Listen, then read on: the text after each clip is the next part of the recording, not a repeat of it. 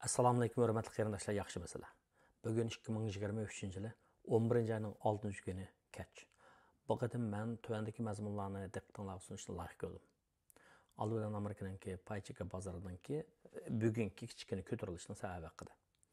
Ondan keyin o'sim nisbati va uy mulk bozoridagi ba'zi bir ahvollar, ya'ni hozir Amerikada mavjud bo'layotgan kishilar uyga boy, ammo naqd pulga nomrod. Şundaq bir ali janobchi nomrodlik deydigan bir hukm.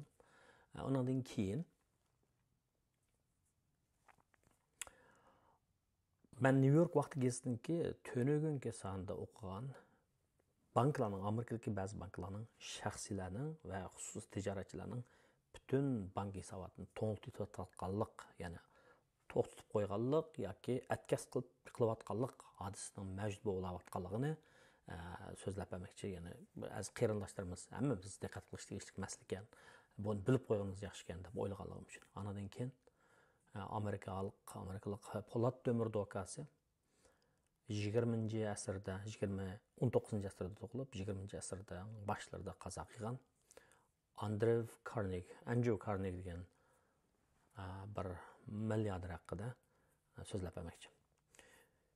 Bugun paychika bozorida, Amerikaning paychika bozorida azroq ko'tarilish va bu xil ko'tarilishning sababini tahlilchilar nima deb tushuntiryapti deganda, 10-oydagi Amerikaning emgak bozorida xizmat topganlarning soni 150 ming atrofida bo'lib, bu 9-oydagi, ya'ni sentabrdagi xizmat topganlarning sonining 20 ga yetmagan. Bu nimani tushuntirdi degan vaqtda, bu Amerikaning emgak bozoridagi ahvolning yelaqi kuchli bo'lishidan, xizmatchi topolmaslikdan, xizmatga iltimos qilgan odamning darhol yoki tez orada xizmat tepishidan hamda bora xizmat topolmaslik va ba'zi shirkatlarning adam qisqartishiga qarab yuzinayotganligidan derak berdi. Bu shunday bo'lganligi uchun paychika bozoriga mablag' soluvchilar nima deb qarayapti desa, Markaziy banka hamda o'sim nisbatini o'stamaydi, ahvol shunday bo'lsa deb qaraganlikdan bo'lyapti. Xabaringlarda bo'lganidek 2022-yil 3-oydan boshlab toki hozirgacha Amerikaning Markaziy bankasi o'simni 11 qatim o'stirib bo'ldi. Ya'ni qisqa vaqtning ichida 1,5 yildan ortiq vaqtning ichida o'sim nisbatini 11 qatim o'stirib bo'ldi. Ya'ni 22 yildan bu yanqi eng cho'ng Markaziy bankining o'sim o'stirishi bo'ldi degan gap. 2022-yili 3-oydan burun asosan Markaziy bankininki boshqa banklarga beradigan qarzi asosan 0% ga yaqin edi. Mana ham hozir 5% ni ishib ketdi. Markaziy bankininki boshqalarga qarz beradigan bu pulininki o'sim nisbati 5% bo'lsa, u har xil savdo banklarininki iste'molchilarga, mayli u aholilar bo'lsin, shaxsiylar bo'lsin, yoki tijorat qilganlar bo'lsin, ularga yetib kelguncha bo'lgan ahvolda o'simning qanchalik bo'lganligini ya'ni faraz qilish bo'ladi. Oddiysi uy mulk bozoriga qaraydigan bo'lsak, mortgage, ya'ni men birinchi kitobimda, ya'ni pul muomala bozoriga mablag' solish degan kitobimda shuni tushuntirib o'tdim. Mortgage, ya'ni uylish uchun bankdan oladigan qarzni biz mortgage qarzi deymiz. Bu mortgage qarzi, ya'ni mortgagening o'sim nisbati hozir 30 yillik, ya'ni bir uyni olaman, 30 yilning uchun to'lab bo'laman deb shunday to'xtam bilan qarz olib so'zlashgan vaqtdagi to'laydigan o'ttirchalik o'sim nisbati 7,5. Mortgage 7,18% bo'lib, bu 2022-yili 3-oydan burunga qaragan vaqtda, burun qazoqlar qilgan chaqda hozir qarz olib 30 yillik to'xtam bilan qarzni qaytaraman deb uy sotayotganlarninki to'laydigan o'sim nisbati 20 yil burun qarz olganlar qaragan vaqtda 1% ortiq bo'layotgan gap o'sim nisbati. Xo'sh, endi o'sim nisbati yuqori degan gap nima degan gap deganda, bu oldi bilan iste'molga ta'sir ko'rsatadi. Ham mablag' solishga ta'sir ko'rsatadi. Ya'ni aholilarninki qarz olishi, ta'sirishi degan gap. Bir narsaning bahosi yuqori bo'lsa, uni azaldigan gap iste'molchilar. Endi bu pulning, ya'ni o'sim nisbati deganimiz pul qarz olganlikning bahasi. Buning bahasi yuqori bo'lsa, ya'ni o'sim nisbati yuqori bo'lsa, kishilarning qarz oladigan miqdori, ya'ni pulning miqdori oz bo'ladi, oz odam qarz oladi degan gap. Bu natijada nimaga ta'sir ko'rsatadi? Iste'molga ta'sir ko'rsatadi. Iqtisodni ilgari suradigan narsa iste'molning ish berishi. Iste'molning ish berish uchun kishilarning qo'lida kirim bo'lishi kerak. Bu kirim, ya'ni kishilar mayli xizmat, maash orqali, xizmat orqali topsin va yoki boshqa usullar bilan tijorat qilib topsin. Bunun ikki cho'ng turga ayrıldı bu. Birisi kishilar iste'mol qilib topgan pul bilan o'zining turmushini qamdaydi. Ikkinchi qismini ya omonat qo'ydi yoki bir qismini mablag' qilib soladi degan. Endi bu o'sim nisbati yuqori bo'lgan ahvol ostida ba'zilar paychiga bozordan pulni elib CD, ya'ni Certificate of Deposit deb qisqa muddatlik muqim persentlik foyda beradigan o'simga qo'yish mumkin pulini paychiga bozordan chiqarib olib. Yoki bo'lmasa o'sim shunaqa yuqori bo'lgan vaqtda kishilarningki har xil, ya'ni uy olish uchun, mashina olish uchun, ya'ni bahasi yuqori.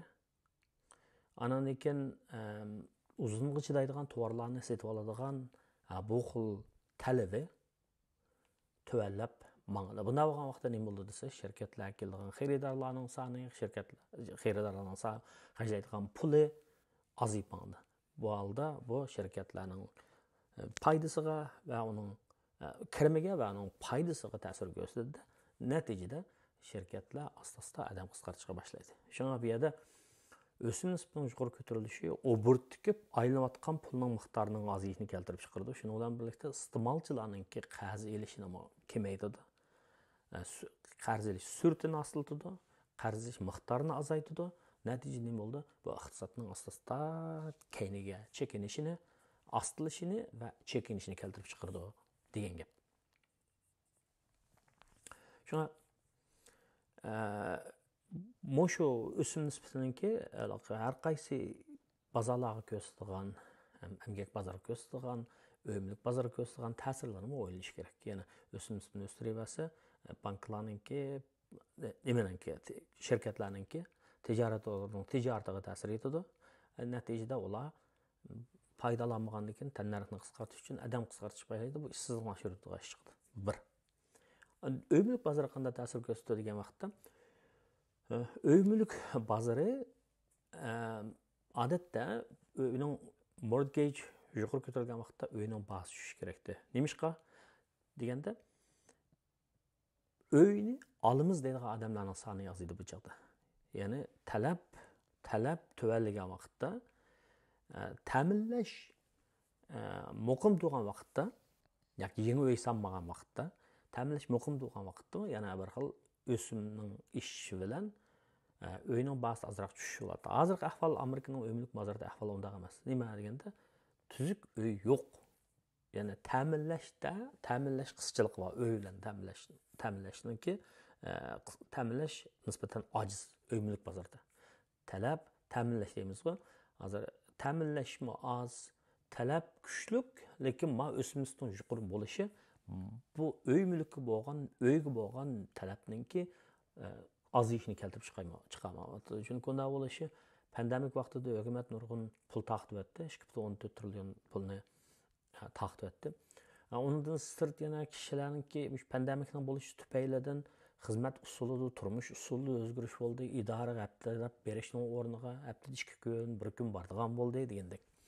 Natijada boshqa chiqimlarmi, o'rinsiz chiqimlarmi tejilib qoldi ham pul baholariga kelib chiqdi. Idoralar kishilarning maoshlarini xeyli o'stirdi. Shuni bilan ham undan sirt yana bir chaqda shipirli pul, madasli pul topgan odamlarmi bo'lib qoldi. Natijada shunday har xil kichik yoki cho'ng sabablar bilan odamlarning qo'li pul ko'rab qoldi. Uyga bo'lgan talab oshdi. Shuning natijasida mana uy o'sim nisbati o'ssimi, uyning bahsi tushmayapti. Bu nima hodisini keltirib chiqaryapti hozir degan vaqtda gentile poverty degan bir masalani keltirib chiqdi. Gentile poverty degan bu 18-asrda, 19-asrda Angliyaning adabiyotidagi ba'zi personajlarninki, ya'ni Namrat Oqsumaklardan kelib chiqqan, ammo lekin ichi tish palpal, ichi g'alg'allab qolgan bir xil odamlarning obrazida surlangan shunday bir personajlarni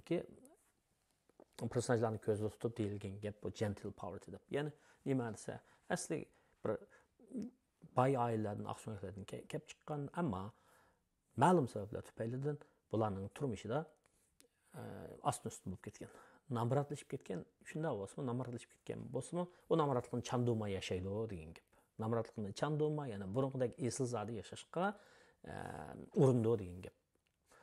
Bu bizning tilimizda ichi teshi palpal, ichi g'alg'al degandek bir gap. Demak, hozir mana uy setib olgan odamlarda pensiyaga chiqamiz degan odamlardagi ahvolni kuni birisi o'tgan haftada birisi shunday deb tasvirlabdi. Amerikada kishilar uyga boy, ammo lekin qo'lida naqd pul yo'q. Bundaq qarmoqlar uylari esil, ammo o'zida pul yo'q.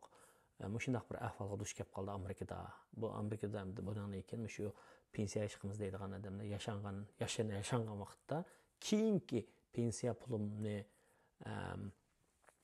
qanday bir taraf hal qilaman deb o'ylaydigan odamlarga nisbatan aytgan vaqtda bular mana shunday uyi bor, ammo qo'lida pul yo'q, qisqinchilikda yashaydigan, ya'ni 2 millionlik uyi bor, ammo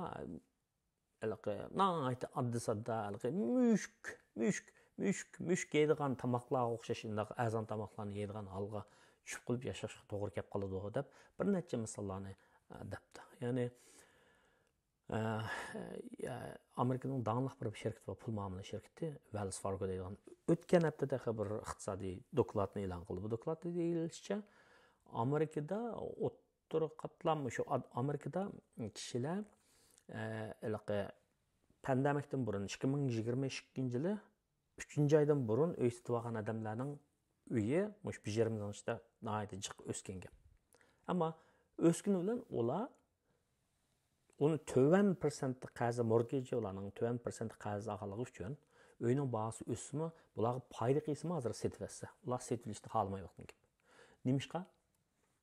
Chunki uyni setib etib azroq foyda olgan bilan u yana bir uy ilib turish kerak. Maslow'ning ehtiyojining qatlam bo'lish nazariyasining eng birinchi ehtiyoj, insonning ehtiyoji nima desa, turalg'uy bo'lish. U bir yerda turish kerak.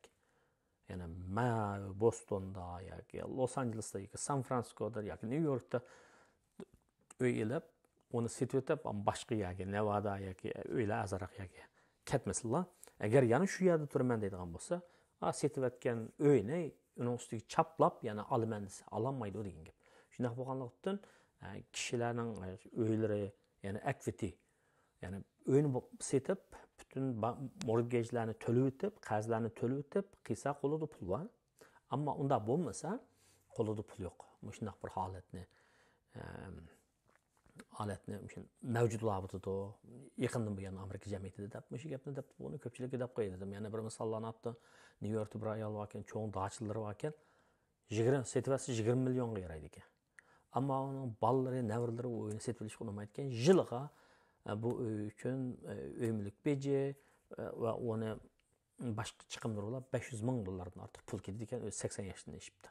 Ya'ni shunday bir ahvoli, uy bor, ammo qijilinib yashaydi deydigan shu narsani debdi. Gentle poverty degan shu oliyjanoblarcha, oqsumaklarcha, esilzodlarcha namratlik deb. Amaliyotda namratlikning turlari har xil bo'ladi. Kishilar iqtisodiy jihatdan namrat bo'ladi, saqlamlik jihatdan namrat bo'ladi, ma'rif jihatdan namrat bo'ladi, ijtimoiy tanlash jihatdan namrat bo'ladi deganga o'xshash. Men mana "Elkiklash melodiyasi" degan kitobimda bir mazmun bor. Namratlik va tafakkur namratligi deb boshlandim. Shu namratlikning tarmanligi va kammanligi tushunchalarini berib o'tdim. Bu vaqtda chiq to'xtalmayman. Hamda men gapni New York vaqti gazetida men o'qigan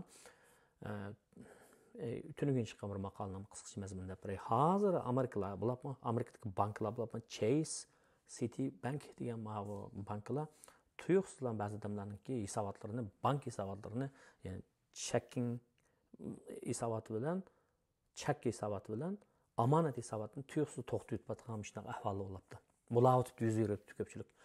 Buningki sababi nima ekan desa, bu şu bankda hisob ochgan odamlarning ba'zi qilmishlarini kompyuter algoritm, ya'ni mundaq aytgan vaqtda sun'iy aql orqali hozir har birimizning hisobotini sun'iy aql AI, artificial intelligence dan foydalanib bular tekshirib turadigan o'xshaydi. Shu sun'iy aql orqali tekshirish orqali shu nima desa, masalan, bir nima qo'yib qo'ysa, belgi qo'yib qo'ysa, shu odamlarnikini mundaq hisobotni taqdim etgan ish bo'layotibdi. Buningki bir necha profil deb qo'yamiz, arxivini beribdi, oq ko'rinishini beribdi, qanday odamlarnikini taqib etdi deb.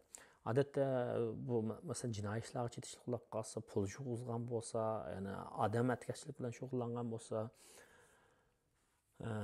qar guruhlarga aloqali bo'lgan bo'lsa, onu cho'qimlar mashina gumonlanib qolsa, mashina algoritm, kompyuter algoritm gumonlanib qolsa, ya'ni sun'iy aqlni hozir odamlarning qilmishlarini nazorat qilishga ishlatib Amerikadagi banklar degan gap.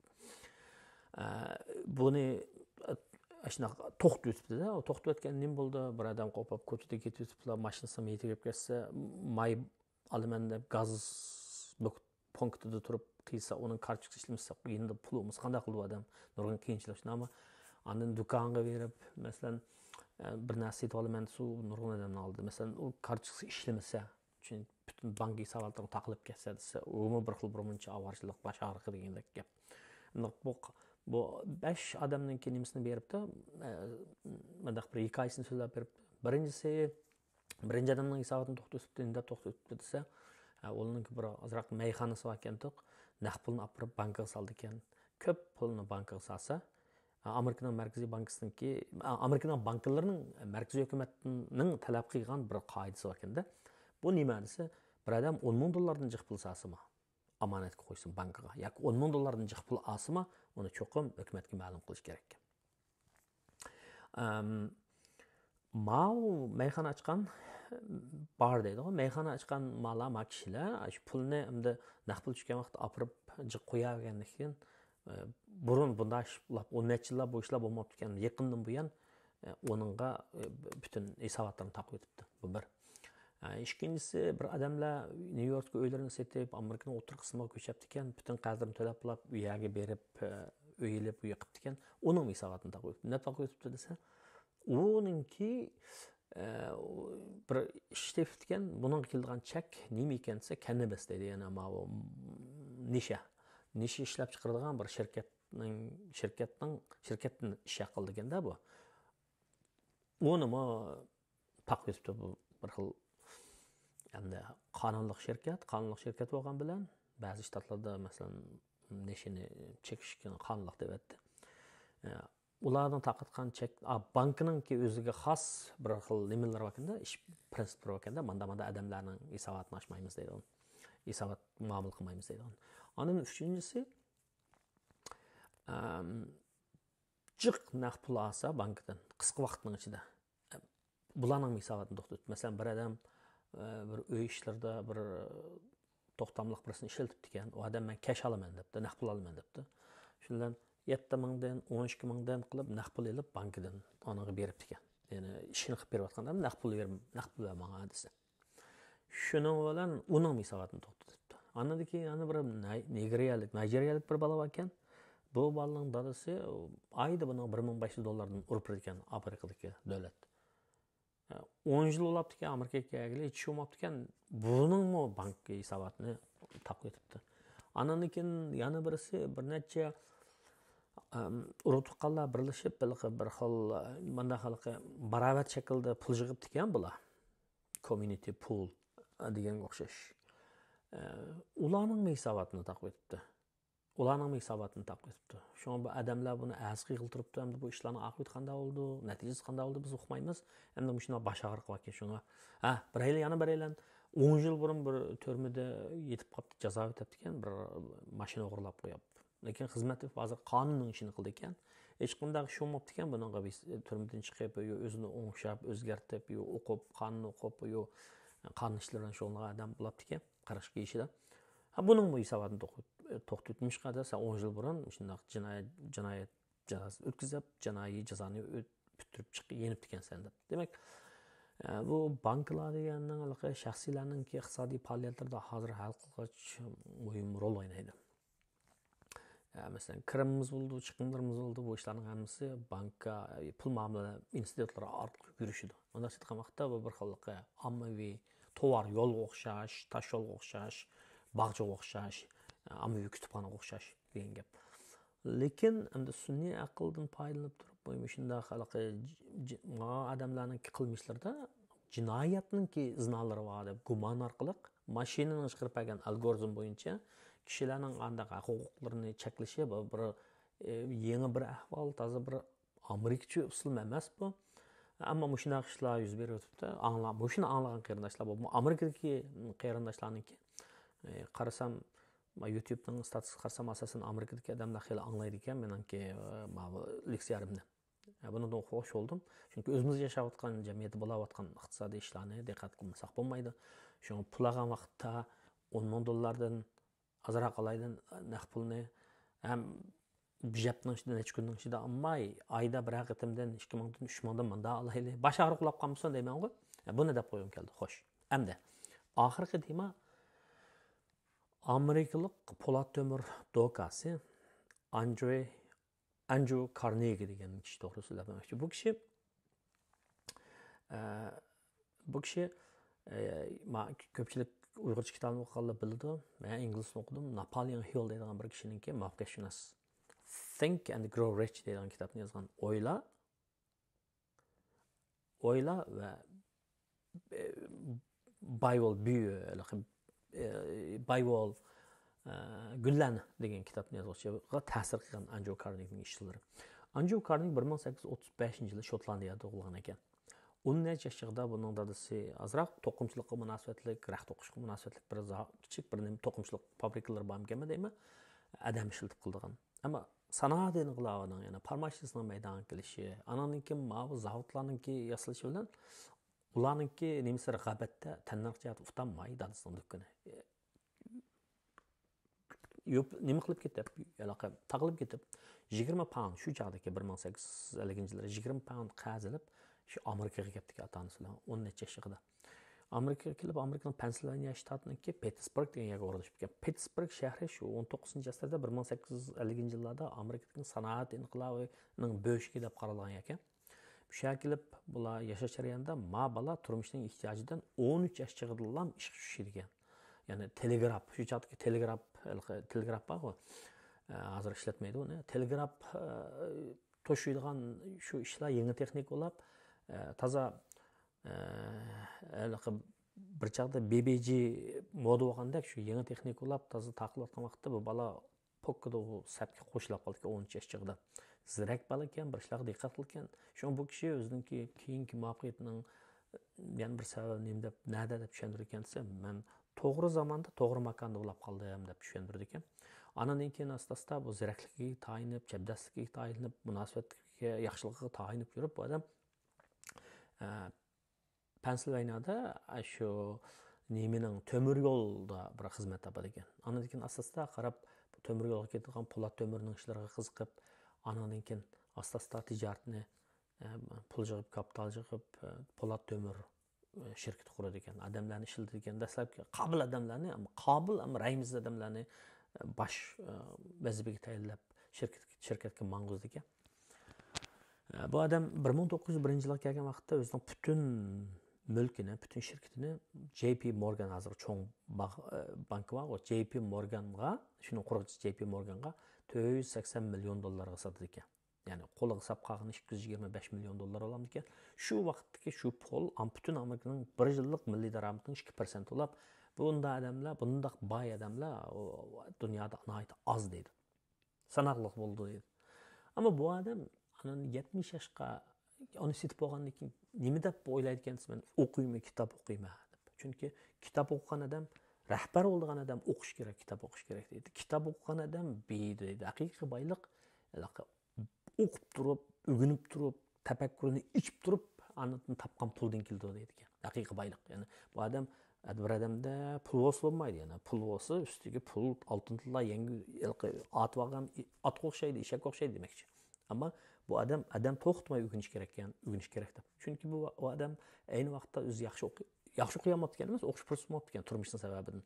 Cho'ng dadasidan Shotlandiyada u chaqda ommaviy kütüpxanalar yo'q ekan, kichik shaxsiy kütüpxanasi bor ekan, kishilar kitob ariyat beradigan.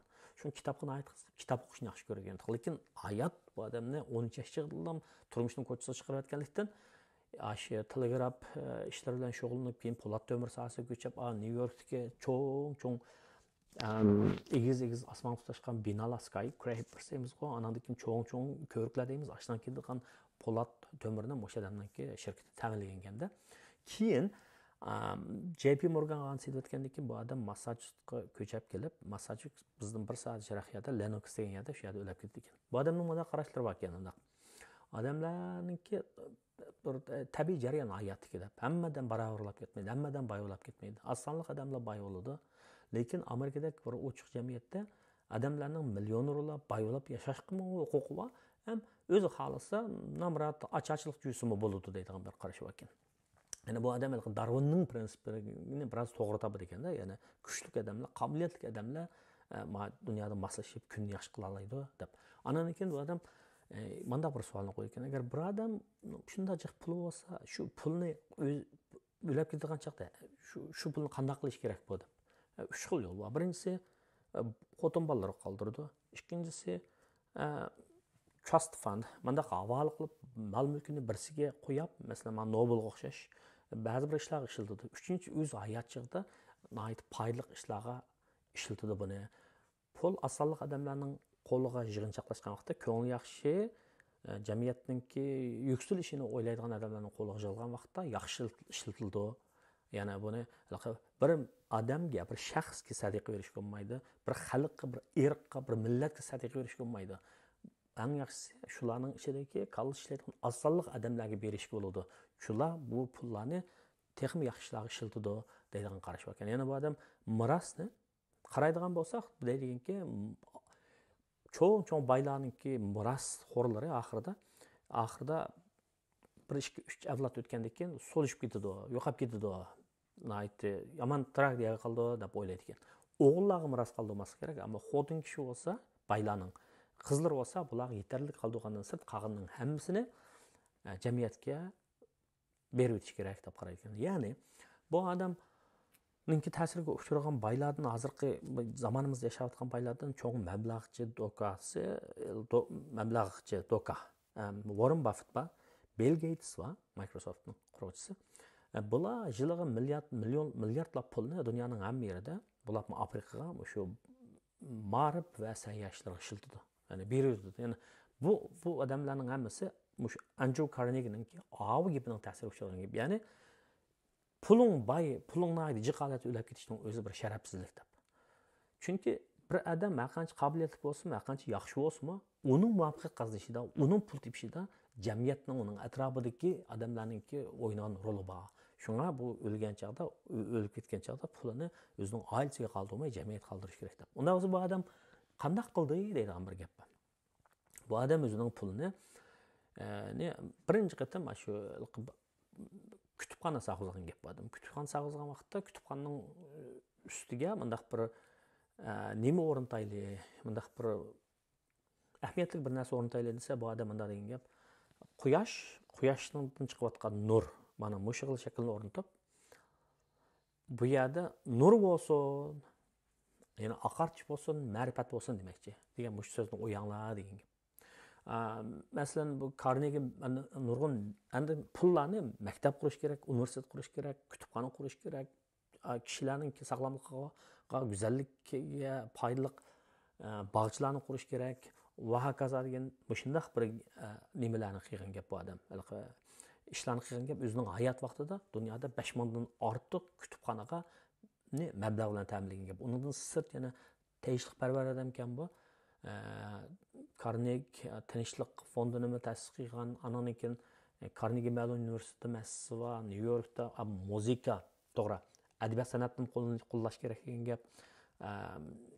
Nyu-Yorkda nurg'un bino bu odamning ismi atalgan ekan.